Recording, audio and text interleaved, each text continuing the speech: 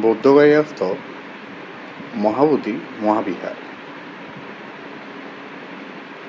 এক ধান্দাবাজ ফাপড়দের তালে পড়েছে।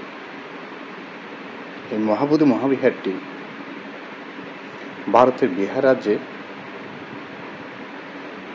রাজধানী পাটনা থেকে অন্তত 60 কিলোমিটার দূরে অবস্থিত। এটি নির্মাণ করেছেন সম্রাট অশোক 232 খ্রিস্টাব্দ অথবা 304 খ্রিস্টাব্দের মধ্যে। সুপ্রিয় দর্শক, আমি আপনাদের বৌদ্ধগয়াস্থ মহাবোধি মহাবিহারের নির্মাণকাল বা এর ইতিহাস বলার জন্য আজকে উপস্থিত হই। আমি শুধু দু একটি কথা বলার জন্য উপস্থিত হয়েছি।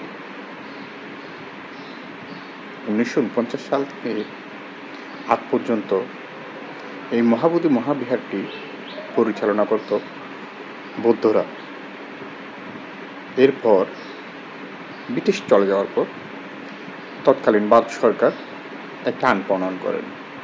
সে আইনটি হলো, মহাবিহার পরিচালনা কমিটিতে যে 9 জন সদস্য আছে তার মধ্যে 5 জন হতে হবে হিন্দু অথবা ব্রাহ্মণ সম্প্রদায়ের।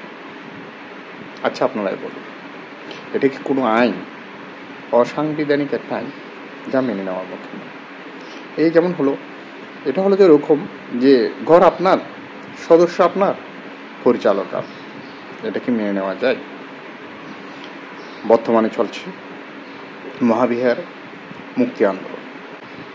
বিশ্বের সকল বৌদ্ধ নরনারীদের দৃষ্টি আকর্ষণ করছে। এই আন্দোলনে পাশে অবস্থান করুন, সেটা যেভাবে হোক। আমি ভারত সরকারের প্রতি অনুরোধ করছি, 1949 সালের এই কালো আইনটি বাতিল করা হোক, মহাবোধি মহাবিহার ব্রাহ্মণ মুক্ত করা হোক। আসুন আমরা সকলে নিজ দায়িত্ব নিয়ে এই আইনের বিরুদ্ধে অবস্থান করি। জগতের সকল প্রাণী সুখী হোক, দুঃখ হতে মুক্তি লাভ করুক। যারা এই আইনটি করেছেন বা যারা এই আইনটি বলবৎ রাখতে চান, তাদের শুভ বুদ্ধি হোক, ভগবত সভ্য মঙ্গল। নমস্কার।